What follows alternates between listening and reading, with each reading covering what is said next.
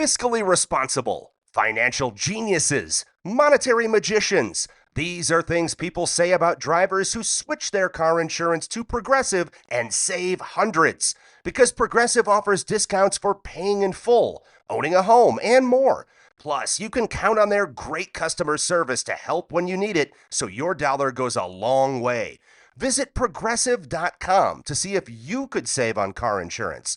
Progressive Casualty Insurance Company and Affiliates. Potential savings will vary. Not available in all states or situations. How do you keep building a career in an industry where success doesn't mean security? Jonah Ray has built a career in comedy, but even he has had to reinvent himself to survive in an industry that never quite goes where you would expect. Do you find doing this podcast makes you feel better or worse? The creative economy is broken, but some people are still making it work. We're here to find out how. I'm Anna Marie Cox. And I'm Open Mike Eagle, and this is Past Due.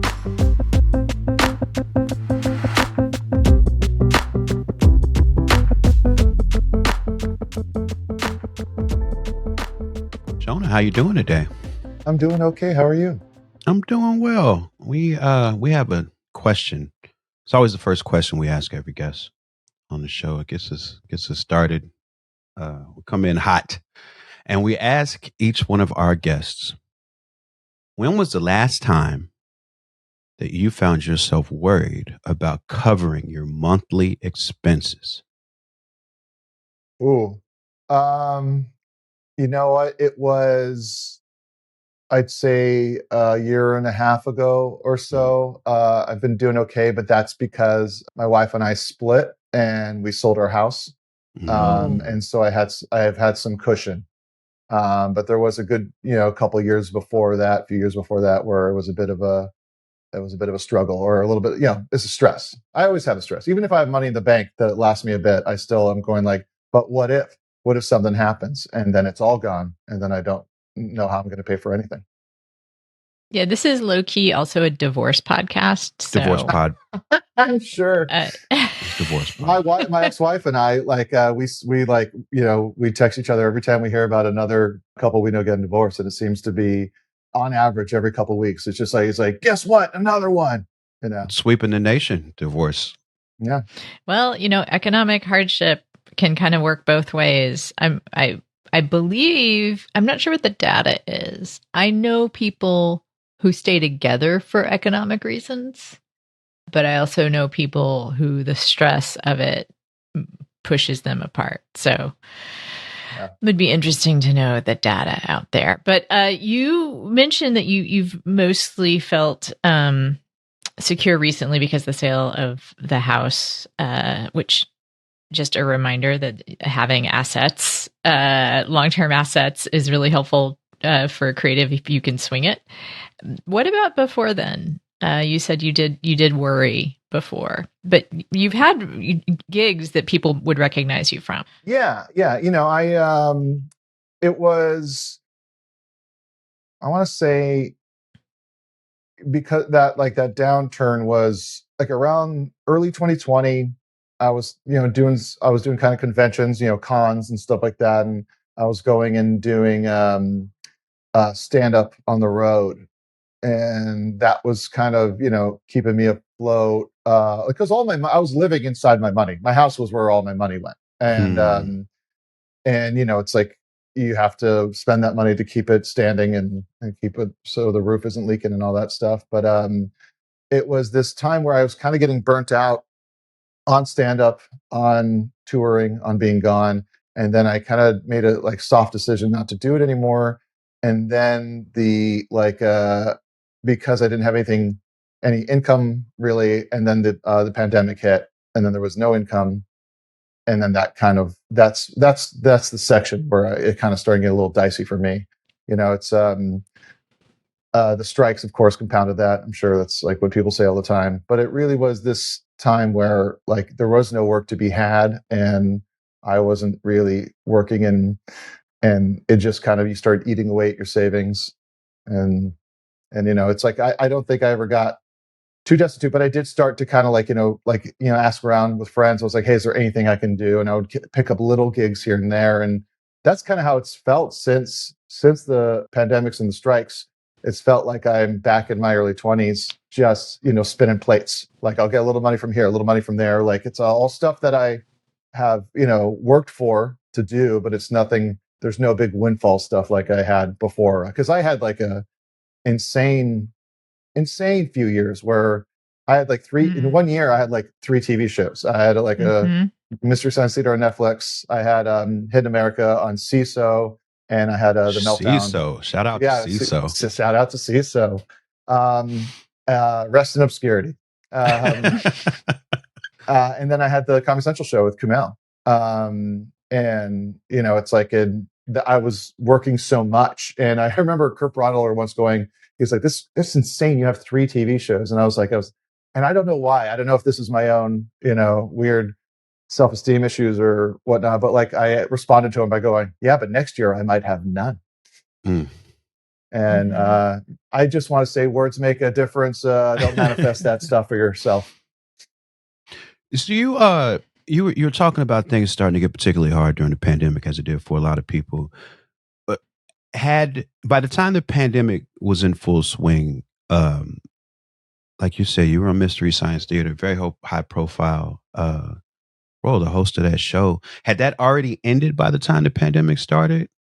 Yeah, we had, by the time the pandemic started, like we were done with our Netflix. We had been dropped by Netflix. Maybe in 2021, later 2021, like it's like we crowdfunded a independent season. A whole season. Yeah, a whole season, and like it's like we made a lot of money. Like the show made a lot of money, but like we spent the money on the show. Right. We weren't paid, the same. We weren't. It was just kind of this labor of love that we did for that 3rd season that just was kind of on its own platform. And and it was expensive because it was done during pandemic. So it's like there was all the regulations that we had to, abide by. And so it's like there was that, but like that was like just one of those things where, the way you get paid is just smaller and smaller. And you just kind of go, I'd rather work than not work. It's like I'd rather work on that show than, and get paid not much. And that's kind of the thing. It's like even my agents, managers were like, when I was first making the deals, before even Netflix was picking up the show, it was like it was still like we were crowdfunding that initial season. When it was first coming back, it's my agents and managers were like, it's a bad deal. Don't take it. So I was like, this is like my childhood favorite show. I'm going to do it no matter what. When I was doing well enough to have someone help me manage stuff, I had a similar experience where she came in and looked at my income and, output, whatever, where I was spending my time. And she identified the science fiction podcast that I do as being a very low, return on investment in terms of how much time I put into it and how much money we get back as a tiny, hobby podcast. And I just couldn't do it. I couldn't not do it. Right. Yeah. Because it's important to my sanity. It's, my co-host and we started out as friends, and now we're incredibly close friends, and having a conversation with him every week is a highlight and very sanity keeping. And also it reminds me, both because I get to have a smart conversation with another smart person, and we talk about this genre that I love, it reminds me about why I do what I do. That I'm incredibly lucky to be able to have made any kind of career by, dealing with words. Like words and ideas are the thing that I get to mess around with all day. Yeah. So that's really energy giving. That's an important part of it for you, I assume. Yeah. I mean, the thing that like made me the least money, I probably lost money on it, was one of the most fulfilling things was I had a podcast with 2 of my, best friends called Jonah Radio. It was like a music podcast. And it was like our poker night. Like, we'd get together, we'd have drinks, we'd play music that people submitted. We'd have our friends on, and talk about music and make music jokes. And it was great. It was something that I like, not a lot of people listened to it. We never really got any income off of it, but like the people who listened to it really liked it. and we stopped doing it, and that is something that I've been thinking about lately. It's like the stuff we're doing for joy, and I don't think I realized how much it was filling my cup. We stopped it abruptly because one of the hosts on it, Neil Mahoney, like died suddenly, Oh my gosh. and so we like it was this thing where that I don't know that like truly that happened in January of 2021, and it is something that still is kind of I like it's like I was with him a day or so before. I'm the one who found him. Mm. I like it's like, and this he always kind of represented. He was like my first friend in comedy, and so he always kind of represented the friendship side of doing stuff just for the fun of doing it. You're like it's like we reminded each other of the way we were when we were kids. We didn't meet till we were out here, but like it's like we reminded each other of like it's like getting a camera and making something with your friends and doing stuff with your friends, and having not done that since, like it's like I'm now kind of looking back at my last few years and kind of realizing it's like, oh, the absence of something just for me Hmm. is very detrimental to my mental health. It's like if you're not just doing something for the sake of doing something, if you're trying to do something just to try and make money, um, it's not good. I remember I always used to say my mantra was always make stuff, not money, because if you like really put yourself in a position where you're just making stuff you like, hopefully the money will come. But if it doesn't, you still made stuff you like. So Hard to pay rent with it though. Like hard that's to the pay rent. problem. Yeah, I come from like I grew up listening to punk rock and listening to hardcore and a lot of underground stuff, and I don't ever feel that I was owed anything. I don't feel nothing was guaranteed. The fact that I've gotten to get away with it as much as I have is something that means a lot to me. But if it goes away, it's not going to stop me from doing it. Um, I was lucky. I was very lucky, and I had great timing with when I came into the comedy scene and like what I was able to achieve. But it's none of it was owed to me. So it's like if it goes away, it's okay. It just flows through. It sort of reminded me of like when I've reflected on my career, right? Like I took what used to bring me joy, making, listening to rap music, rapping, hip hop, the whole world of it, and have been able to make a life out of that in a way that, my younger self would have been absolutely amazed by. But I do think that when I reflect on it, part of the cost of that is that I don't experience that same joy that I used to when I hear a new song. It is so tied into how I make a living in terms of my nervous system response to hearing new Yeah. music now that like when if I like the song, I'm like, who did this? What label are they on? How did this get to me? And like all of these thoughts that end up in front of my enjoyment. Um, and obviously a lot of your projects start from a place of joy. Mystery Science Theater 3000, Nerd Melt. That's another thing you're doing with your friends in this comedy club that's full of joy. Um, these television experiences, have they affected the joy that you get out of comedy over the time that you've had these experiences in Hollywood, especially? Yeah, of course. I mean, I'm not going to sit here and be altruistic and say that I'm not like petty or jealous of, other guys. It's you see somebody and you kind of go like, it's like, well, why him, not me? That kind of stuff. But also I think when you do this stuff long enough, you realize like how much success is insanely random. Hmm. And how it's like it's like, oh, why him, not me? I don't know. He was there that day that someone was looking for that. It's like they just happen to be it's like right place, right time. And like I have felt like I remember like I think during like my low point around the pandemic, around like right before, right after, I was getting so burnt out on comedy that I started kind of being negative towards it. I remember some people were talking about like what movie had just come out, Palm Springs, which I think is a brilliant movie. But I was just like, I don't know. Like, I remember when Sandberg showed up in the scene, like, you kind of do that thing, and it's just jealousy. And jealousy is such a thief from joy and being able to enjoy the things that you like. And I started to resent comedy and my place in it for taking away that joy. So I've made a concerted effort to really just like enjoy things as much as I can and not overthink it. It's like it's if I was like a super jealous person, I'd be like, it's like Tim Robinson, like, yeah, okay, yeah, the show's good, though, like, but now I just get to enjoy it. I think Detroiters is one of the most magnificent pieces of comedy in the past 20 years. And I think it's fun to be able to say that stuff. And I think it really reminds you of where you want to be and what you want to do. This episode is brought to you by Factor.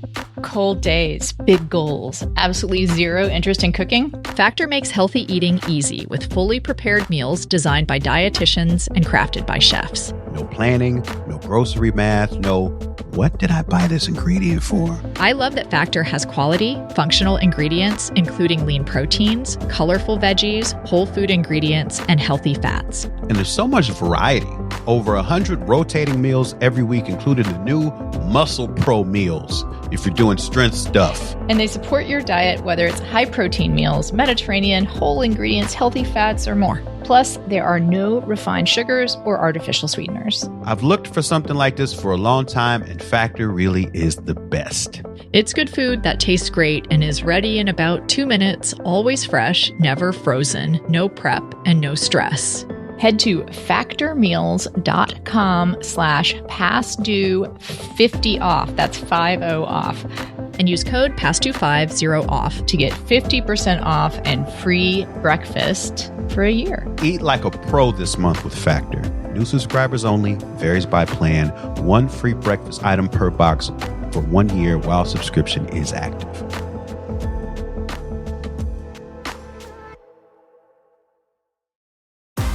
Baseball is back, and the first pitch is on Netflix. The New York Yankees, led by 7-time All-Star Aaron Judge, head to the San Francisco Bay to take on Rafael Devers' San Francisco Giants. This season kicks off with one exclusive opening night game. Watch MLB Opening Night, the New York Yankees versus the San Francisco Giants, live on Netflix. Tonight at 8 p.m. Eastern, 5 p.m. Pacific. There's a shift there that I've read other people talk about that I practice putting into place myself imperfectly, but I practice, which is one thing to do when I get caught in the compare and despair situation, is to compare and think of it as this person is achieving a level of success, or sometimes I want to frame it just as public attention because who knows what success is, right? And they're achieving something that I feel like I want, but when I look at the points of what we are doing that's similar, doesn't that mean that what I'm doing might also be something that people want, right?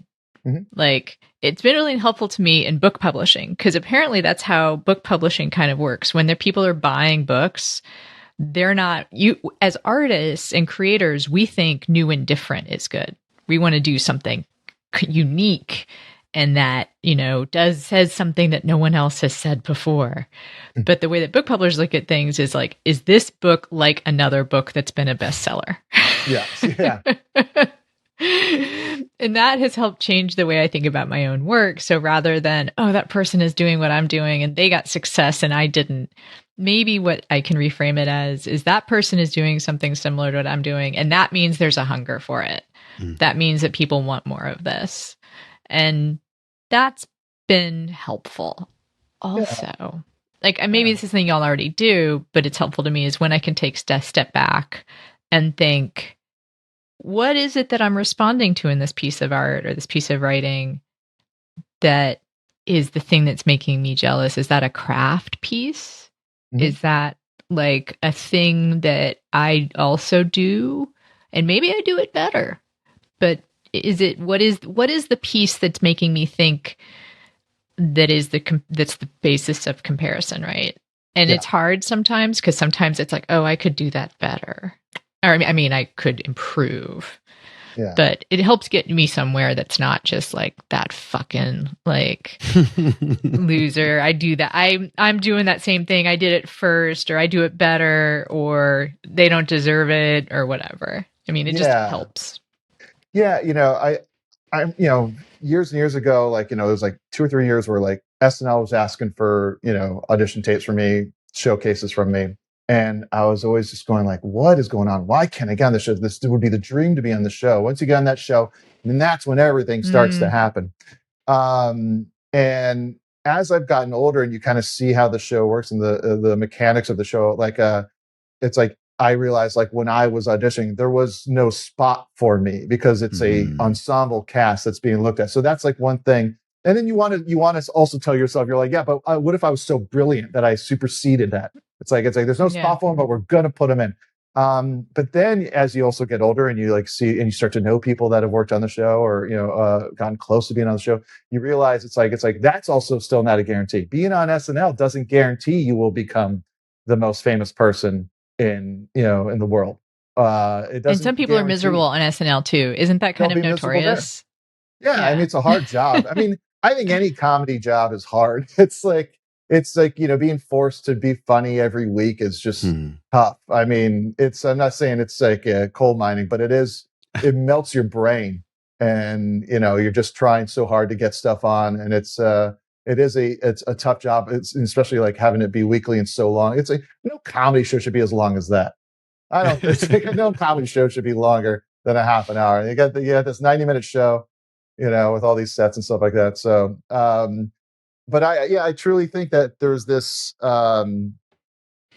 this thing where you kind of go like, it's like, I think I have this theory that all art has to exist for like in any capacity for art to be raised up. It's like there needs to be the people that are shitty at the open mic because someone goes and watches the open mic and sees it's like, well, I can do that. And then they happen to be like maybe not a little better, but just like kind of more driven than the other people at the open mic. And then that kind of raises up. And you need to like, it's like there's a book called Our Band Could Be Your Life about the wave of underground that led to Nirvana. But it's like the idea is that all of that had to exist for Nirvana to just be popped up over into the mainstream.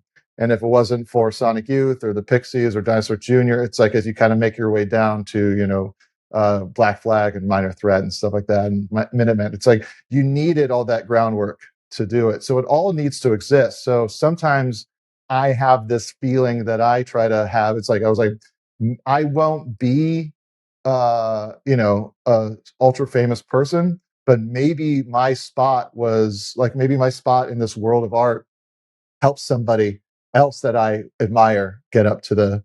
I'm very proud of the fact that I was like on a show with Kumail, and then Kumail is now like a superstar. That makes me very proud. Did I have anything to do with it? No, but I was there and I was a part of it, and that makes me filled with so much pride for my friend and someone I'm a fan of. The craft piece of this has me sort of reflecting on how I deal with that piece, that sort of professional jealousy piece. And I've been really thinking about what you said too about analyzing it and wondering if, I see what that person is doing. Do I do that? Do I do that as well? Is that something I should think about? Then I find myself getting, and I kind of want to throw this back to y'all too, to see if there's something that you deal with. Usually I feel like my best creative work comes when I have a clear view on whatever North Star I'm headed to with my own creativity or whatever. What I find is when I think about that craft part too much of somebody else's craft, and suddenly there's like this other voice in my head in my creativity where like, am I doing the thing? Like, and it seems to me to be, even though that it could produce an interesting result because it takes me a little bit out of my comfort zone, I get worried that it's taking me away from the North Star. And all that internal conversation, I feel like, makes my stuff worse. But I'm just curious how y'all chew on that, or if that comes up when you think about these things. Man. Jonah, you're the guest, so what first? I mean, every time I've tried to do it's someone else's thing. So I guess I always think about this. It's like the Beatles were trying to sound like Chuck Berry, but they messed up and they sounded like the Beatles. The Beastie Boys, well, they were trying to sound like Martha Threat, but then they wanted to sound like, Run DMC, and then they messed up and sounded like the Beastie Boys. Like there's this thing where I think like there's been times where I see someone doing something and you kind of go, oh, that's possible. Let me try that. And it won't be a ripoff. It'll just be your version of it. But it is neat to see someone kind of open up another space in my head of what's possible. But like, I know like the idea of like, it's like, if I'm going to try and do this, it's like, I don't think you're ever going to mess it up. I think it's just going to kind of, make you kind of wiggle around, and you're still going to be going towards your North Star, but you're going to like find little, side routes and stuff that you wouldn't have found along the way. That makes sense. I think my thought is really akin to what Jonah said, perhaps, coming from a slightly different place as a person who's made output is writing, which is my younger self, who was a little more free from the voices in the head. I loved Hunter S. Thompson so much. I love Lester Bangs so much. And then also Joan Didion, which is a weird trio. But I'm also like, I'm literally, I have bipolar disorder. So I think sometimes that makes sense of my whole life. Extremes. But Hunter S. Thompson was my first political journalist love. And I wanted to write like him so bad. But of course, I was like a teenager living in Nebraska. So I wasn't like doing a lot of drugs or seeing very much that like would lend itself to gonzo. But I tried to write that way and it didn't quite work. I kind of tried to write like Joan Didion and it didn't quite work, but I was so aware that I was at the beginning of things. I think I had more patience with myself, if that makes sense. That's why teenagers make such good punk rockers, right? Because they're just trying to do it and they know that they are not very good. So like, and I think somewhere along the way, I stumbled into what I now recognize as my own voice. But today, what I struggle with but try to practice is knowing that I'm still doing that. I'm still kind of finding these writers that I love. Although I don't know if I'll ever love anyone as much as I loved Hunter S. Thompson and Joan Didion, to be honest. Like, there are a lot of writers out there that I admire. But when I think, and also now that I'm up doing like video stuff, like I have these video essayists that I really admire. And I want to do videos like they do videos. And I've done a couple. And I'm just having to be patient with myself and say like, yes, I failed to do the exact kind of pace and voice and shape that the person I'm, aiming for did. That this is part of the way I get to whatever it is my style is. Yeah. Because I don't even know what my style is. The video stuff has been really good way for me to get back to that beginner's mind in a way. Yeah. The thing I've done that I'm like probably most proud of and is closest to me is the least seen thing. It was a show, the CISO show I did called Hidden America, and it was a travel show parody, but it was like, I was always trying to figure out what my like Mr. Show with Bob and David would be. Like, what's my sketch show that kind of interconnects and has this whole thing? And I was also, of course, just obsessed with Anthony Bourdain. And like, I was always kind of going like, oh, there's something there with a travel show, but it's also a sketch show. And you have this kind of wandering straight man kind of connecting the whole thing in this, a parody. And then it wasn't until I was on a plane and I saw an Alan Partridge special, which is Stephen Coogan's character from England, Alan Partridge, and it was called Places of My Life. And it was this thing I saw where I was like, there, that's it. That's like, that was the missing little piece of the thing that I like had in my head, but I needed to see it in this kind of different way for me to start to use that. Like, it's like, I had my North Star. I had my idea for some kind of weird sketch show, some kind of parody show. And then I saw that those three things kind of made me go towards it. And I think that's like a very important. I think too, it's like even like now it's I'm like starting to like do more stand up. I started a weekly show, but like it's like I'm seeing people like Chris Fleming, who I watch Chris Fleming perform, who's just so brilliant. And so I go, how do you even do that? Like I don't even know where they're coming from with the performance and with the bits and like the jokes and like how it swirls around, and it makes me kind of go. I remember like being so like jealous and very like big fans of like Rory Scovel. I think is so brilliant because it's like it's this guy that like just lets himself meander on stage, and like he has all these silences. I go, why don't I let myself have these silences? I can have those silences if I need to find my way around. I think constantly being inspired by what's coming, that's around you and coming after you is like it's a very important thing in my head. You mentioned earlier when watching like Tim Robinson, you're like, this is the sort of thing that reminds me what I want to do and where I want to be. So given all these experiences you've had, and that you were able to make something that you feel like kind of, did feel like your North Star, where do you want to be now? Like, what do you want to make now? Like, is there a different sort of North Star now? It's funny you asked that, Mike, because it's like, not to dredge it back over there, but like it's kind of since my friend Neil died, and then the strikes and stuff like that, I've kind of felt really just creatively just like empty. I feel like I used to have ideas all the time. When I was working on all those shows, it's like we did 3 seasons of Meltdown, 2 seasons of Hidden America, 2 or 3 seasons of Mr. Science Theater. Like I was like, putting all my all into all these things. And like afterwards, I really thought that's like that time in, a comedian's life where you make all this stuff yourself. I remember my managers and agents, like, you need to just kind of self make all your stuff and then we can get the ball rolling. You just need some heat. And so I made all those shows. And at the end of it, I kind of was like, I did it, guys. Like I did what you asked.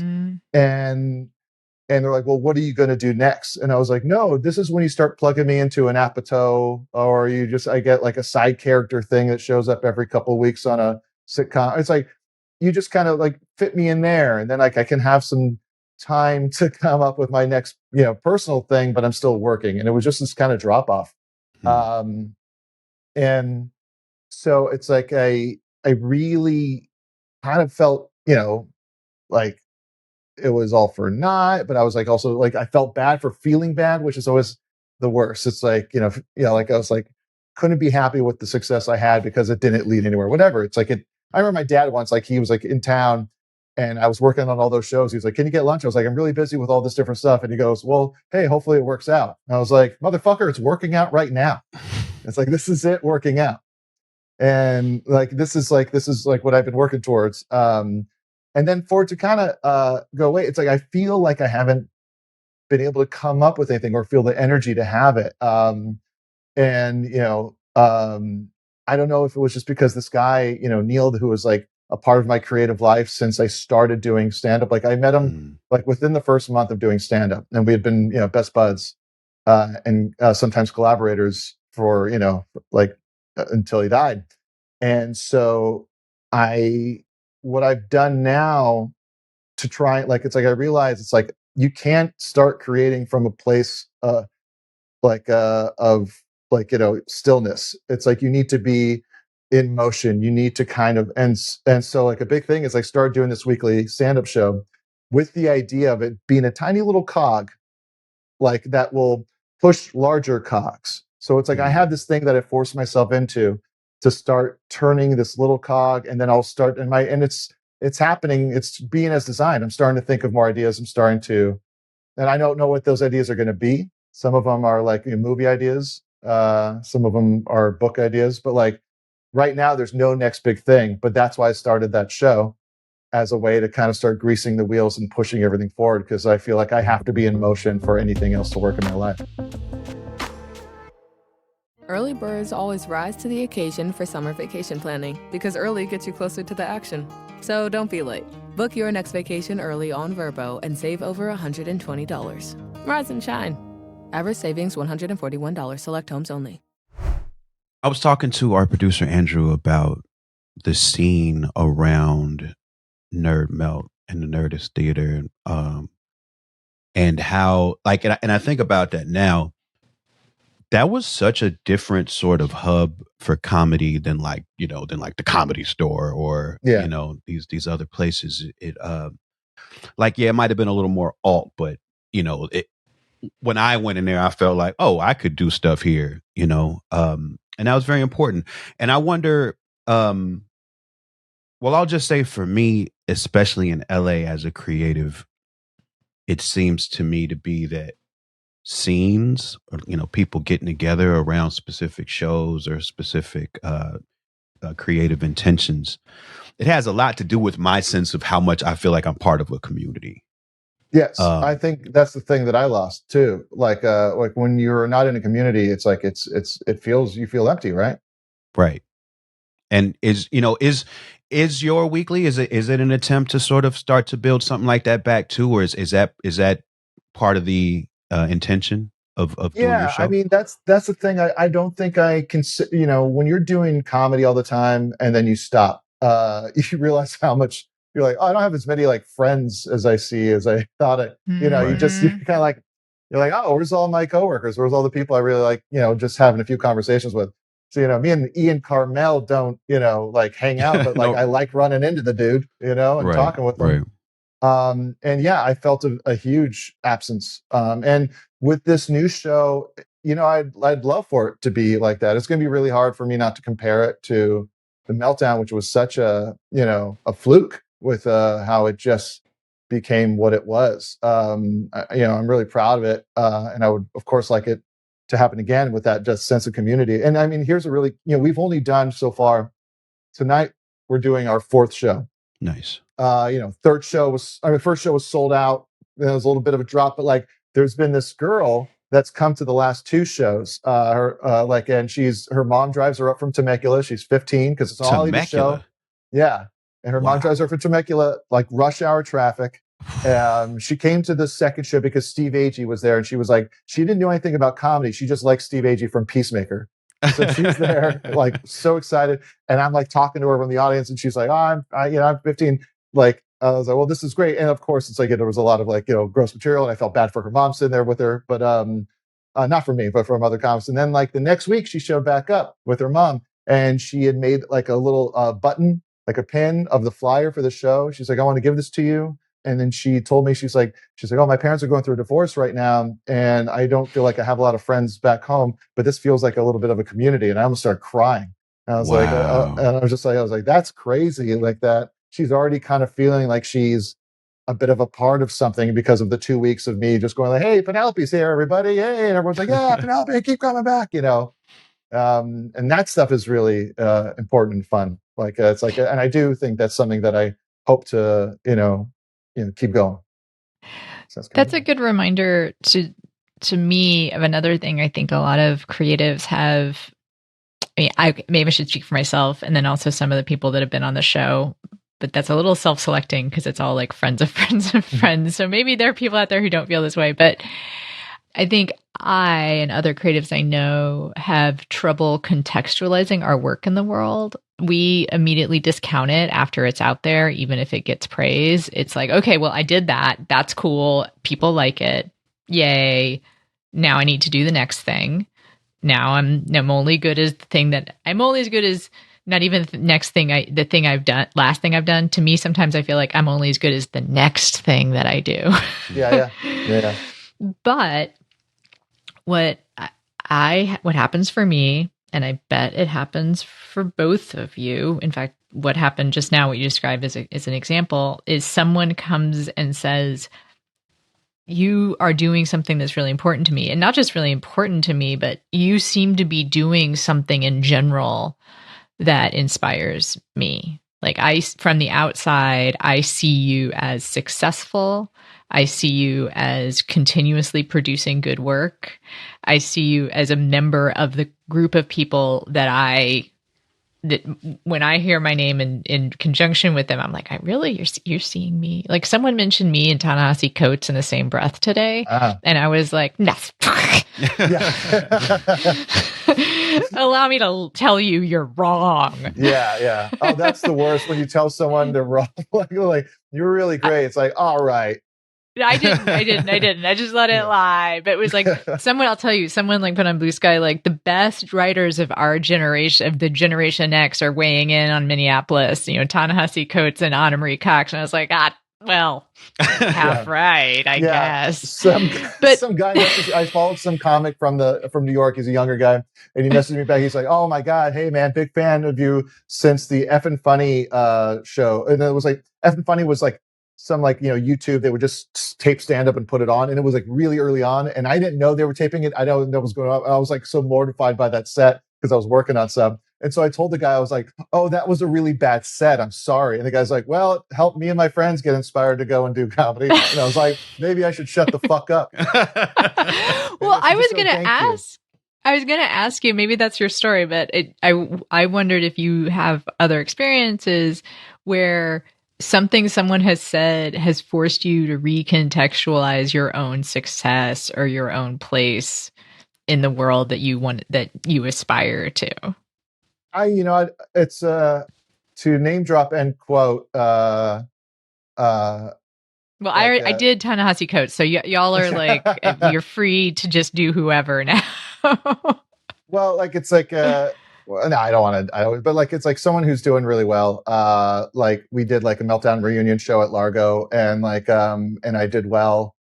Like during my set, and I came off stage, and she was like, "Oh, great set, that was so good." And I was like, "Ah." And then she was like, "I think your ears have low self-esteem." And I was like, wow, I never really would have thought of it that way. Like, just going, like, I can't even take it in. Even like when there's like a good set and it's like, feels good. I was like, meh, sure. Could have been better. Telling someone why they're wrong, why they like you is a terrible thing I think I've done over the years. Yeah. I was going to say, Mike, your turn. Like, do you have an experience where someone said something to you and you were forced to think, okay, maybe I'm wrong about the way that I see myself in this world? So, I mean, it makes me think about a few things, and some of it is on target with what we're talking about, and some of it is not. Okay, so I put out that album last year. It got a bunch of praise, like way more than I would have expected. So right? top, like whatever list, and so many next to like so many big budget artists that are known by everybody, and all these writers, they could do whatever the hell they want. These editors, they can do it. There's no incentive for them to put my project on those lists if they didn't like it. So that's one of those things that makes me be like, okay, well, shit. All right, maybe I am doing something.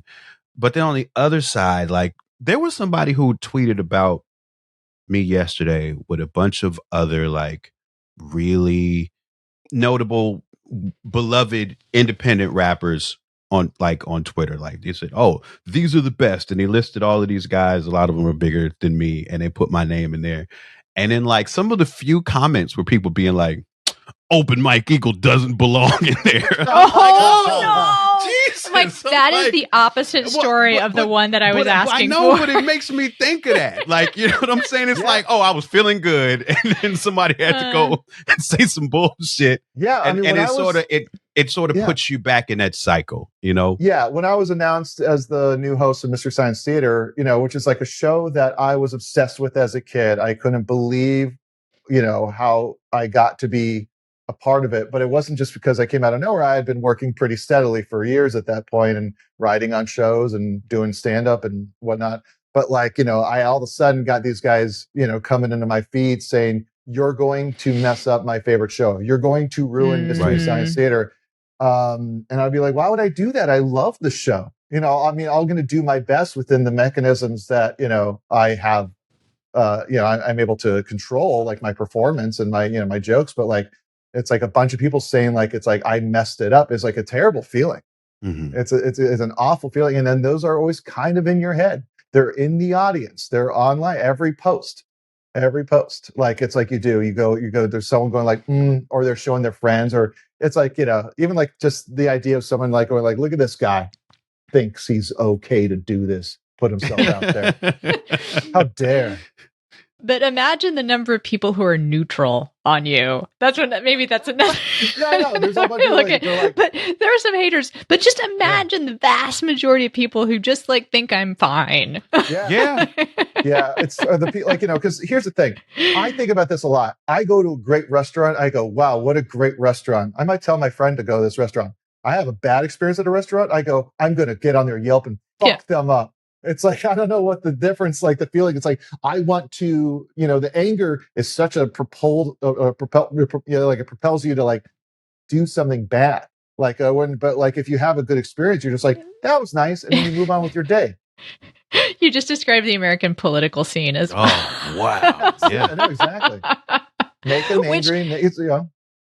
Which is like, there's no science about that too, which is that there is much more, our caveman brains react more to negative feelings and positive feelings because that's protective. Yeah, right. It's what we remember. I think it's like, me and my friend used to have a lot of conversations about like, our dads being crappy or something like that. And like, and then we would kind of keep on, hanging out and telling stories. We were shooting something. So we had a lot of time just talk. And then like, I realized all of our conversations were like all these great stories about our dads, but like, when we had to, like, it's like, and he brought that up. It's like, you tend to remember these terrible things like that happen to you, or the terrible things that could happen, because it's a way to protect yourself.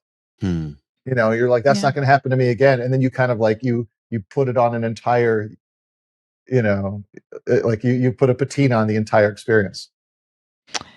I'm going to bring this back to the thing that we do want to talk about on the show, as much as this is also low key, divorce and low-key therapy show, which is money.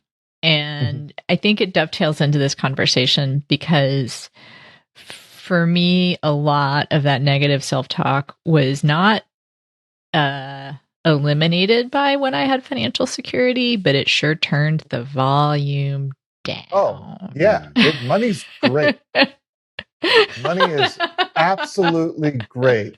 Everyone, let's be honest. It's like not all the money. No, I don't want to have all the money. I was just like, but like every time I have money, like it's like, it's feeling a little weird.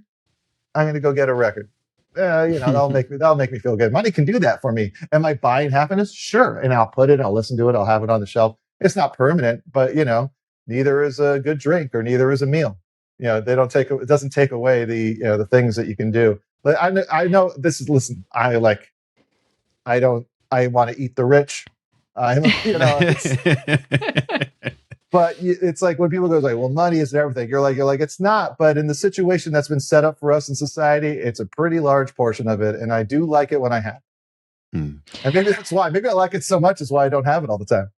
Well, I think I have a few thoughts. One is something that Mike and I at least have in common, and we've, I think, found it with other guests, is the fact that at the age we are at, and having been doing this a while, I had a fairly long period in my career where I didn't have to worry.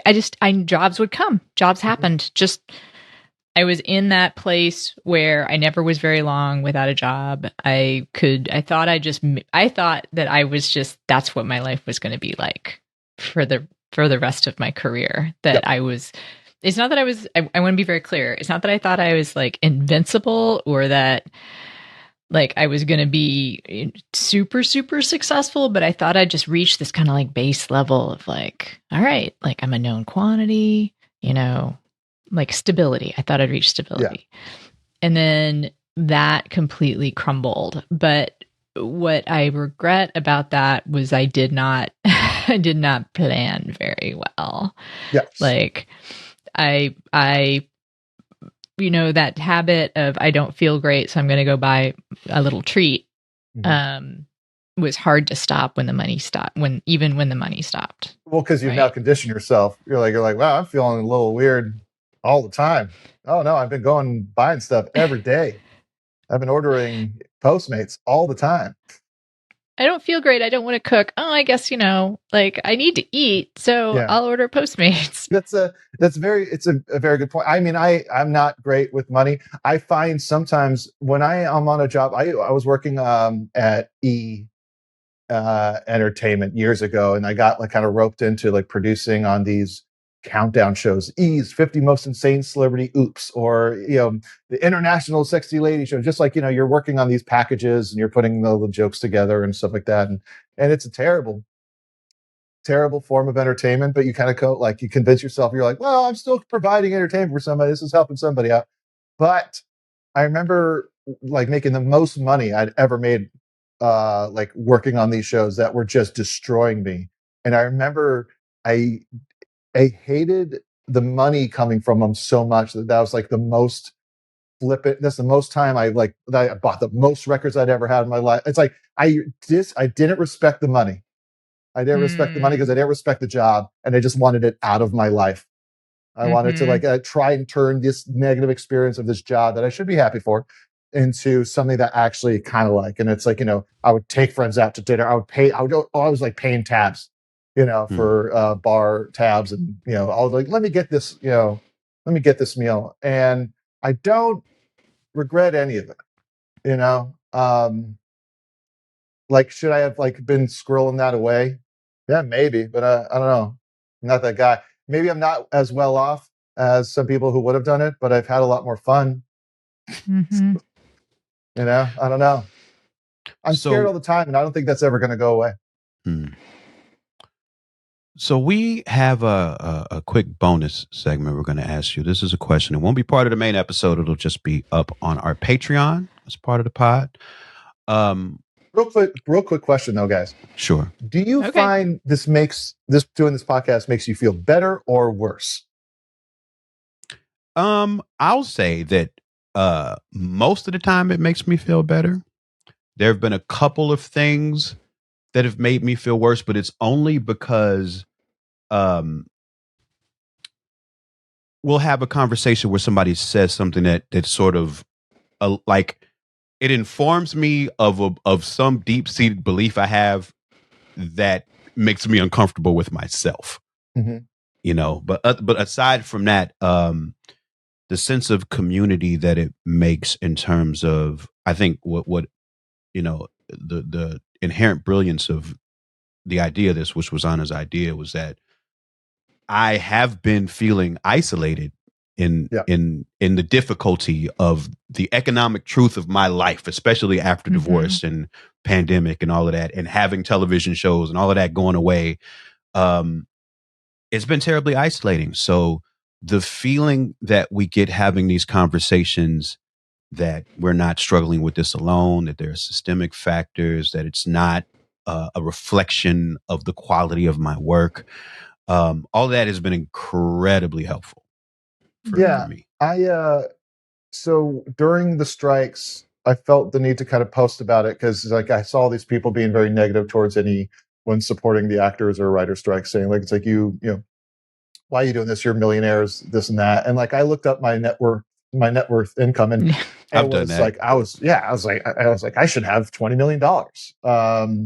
But I didn't. And so I ended up like grabbing a job as a bartender. I lied to this bar and said like, I was like, heard you need a bartender. They're like, have you done it before? It's like, sure.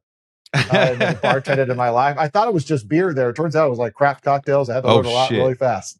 I had to learn how to do all stuff. But like, it's like, I made this post about how like, it's like, this is not just an entertainment. This is this is the entire working force of the entire country or the world. It's like, people are being paid less and less across the board. And this is just what the current reality is. So it's not just the actors, not just the writers, and like and I was also like posting. I made this post saying like, it's like, I'm also tired of like having to have this act like you've been there, or like it's like, fake it till you make it, or project the image of success you want to be. I was so tired of that because it's exhausting, and I was tired of seeing other people do it. And it's, if they want to do it, that's fine. But like, it's like I made this post, and the amount of people that I thought were doing so much better than me messaging me saying, I've been doing Postmates, I've been doing Uber, I've been doing this to try and make ends meet. I had to do another mortgage on my house, this and that. And I was like, oh, wow. And then, I'm not naming names, but you see them post, they go, it's like on another trip, or like they're still they're still posting because we think that being successful makes you successful, as opposed to, I guess just like continuing to just like work at the craft. But yeah, it is a thing that made me feel a lot better when I saw other people who were struggling. I guess it's like, a nice cycle of Schadenfreude. Well, I think, yeah, I kind of have the same answer, although I'll also say that these individual conversations usually help me because, like, I hear you talk about the kind of, emotional struggle that you've had, the feeling like your ideas are not coming, or that it feels scary to be where you are right now. If I can put words in your mouth, like, no, very scared, always scared. Yeah. Like the way we were kind of ending the conversation with you, I almost wanted to jump in and do what is probably like a caretaking impulse of mine that I should work on in therapy, but to point out that you are clearly really good at what you do, and that it is hard right now, and I can't promise it won't be hard, but that ultimately, and you said this earlier, the reason we do what we do is because there is joy in getting to do this stuff, right? And every time I look at my bank account and feel like panic, I try to remember, like, who was it? What was our guest? Colt said, Cabana. Colt Cabana, and he just said this thing that it turns out also he's like been very responsible with his money and is really comfortable. So I thought maybe I wouldn't have any identification with him.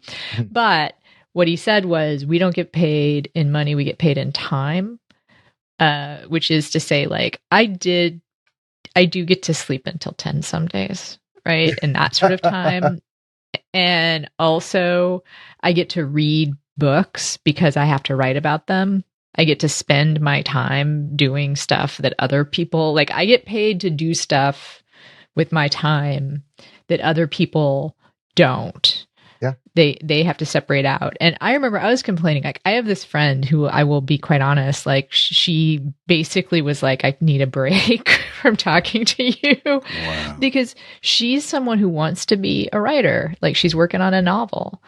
And I would go to coffee and be like, oh, this and this. And like, I'm not getting paid enough. It's only $1 a word. And, God, I sold this story, but whatever. And she's like, you're a working writer. Yeah. You are doing a thing that other people sit around and like try and figure out how to do. And like, you're a comedian, like you work at this stuff and you get to, and I'm not trying to say but I want to separate it out from the money. I guess that's one of the things I just want to do. I want to, for everybody, money is fake. It's not a judgment. We should all go into extensive debt because money isn't real. Like, it's just like, I don't worry about it. Some of the funniest comics I ever known, like, they aren't doing that great. It's like there's other comics that are doing better. I don't know. It's so random to me. There's a thing that I thought about, like, when I first started, I felt like people were like taking off all around me. The thing that kind of kept me, like, to give myself some perspective was, it's like say we're climbing this imaginary ladder to, success. We're just going up. But like, when we're like climbing the ladder, you're just kind of looking up the whole time, and you're seeing all the people around that are like, kind of far past you or way up ahead of you. That maybe somehow kind of got up around you and went like further up. But then, like, you rarely do you look down and go, oh yeah, there's a lot of people that I know that don't even do it anymore, or that are still kind of at this, like, lower rung professionally. And you kind of like gotta, give yourself a pat on the back for just still showing up and still, being an artist or still trying to make stuff. Because some people just, called it in and just said, I'm done. The other person that said something that I think about a lot was our very first guest, Paul F. Tompkins, who really kind of helped. Like, it was such an amazing thing to have him on, because when we asked what we decided would be our first question about when's the last time you worried about making your monthly expenses, he said, does today count? And I was like, okay, this is going to be a good show. Wow. This idea for a podcast is a good idea, because someone who I think of, I mean, Mr. Show, like you mentioned earlier, like formative thing in my life. And I think of as being, he's such a craftsman at comedy. Like, he's so great. It's one of my all-time favorites. To have him say that was both like distressing, because he should be making $1 million, right? Mm-hmm. And if I could wave the magic wand, well, I'd make all of us make $1 million. But also his honesty about that was amazing. And then the thing he said that was towards the end of the show was, but I get to do this for a living. And my wife and I, we've decided we'll station 11 it if we have to. If we have to pack up we sell our house, pack up everything into a station wagon, and travel from town to town doing comedy. I mean, the idea of I love that. It just yes. It's great.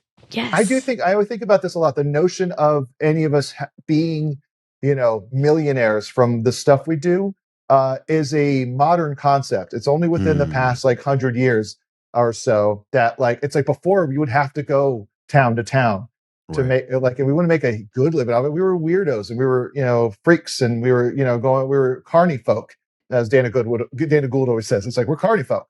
It's like but then recorded media showed up, and it just kind of changed the game for something that's been around for thousands of years. Being an entertainer, being an artist, it's like that changed it, like recorded media. And so it's like to say that we're for something that's fairly a new concept, that we should have stability, is just get back on the hay bale. We got another show to do down the road. Thank you so much for coming on, and thank you for your honesty, your candidness about it. And one of the things that Mike and I also talked about when we started the show was, I feel like talking about money and career is the next frontier after we've destigmatized talking about mental health. And it turns out like they're really intertwined as well. So it's a very intimate and vulnerable thing to come on the show. And so thank you very, very much. No, I'm very glad you guys are doing this. When I first saw this podcast pop up, I was like, here we go. This is what I want. This is what we've been waiting for. Because, and since this is about how tough it's been for creatives to weather these current economic storms, we also feel like one of the most important things we do as a show is turn the show over to our guests to let people know how they can support you. So if there's anything you want to plug, now is the time. I guess the only really thing, I have my weekly show. It's Scribble. It doesn't get me any money because all the proceeds go to the venue, which provides sliding scale mental health services for the community of this area of Los Angeles. It's a great venue that does a lot of great stuff in that field. So that's every Tuesday if you're in Los Angeles. If you're not, all episodes of my CISO show, Hidden America with Jonah Ray, are all up on YouTube now, which is great because it's like, I'm not making money off of that, but I just love that people can find it now. And so, you can go watch that. Nice. Well, like Anna said, we really appreciate your openness to get into some of this stuff. We know that it's not always comfortable to talk about the dark parts of this. And, I think your story probably has a little bit more loss than people might be aware of. So I'm glad that you were able to put a lot of that stuff out there and put it in context. So we thank you. Past Due is hosted by Anna Marie Cox and Open Mike Eagle. It's produced by Andrew Steven. You can find more at pastduepodcast.com. Help support the show by joining our Patreon at patreon.com/pastdue. You'll get bonus content, extended interviews, and more. As always, if you like what we're doing, another way to help is by subscribing, sharing the show, and leaving us a review. Thanks for listening.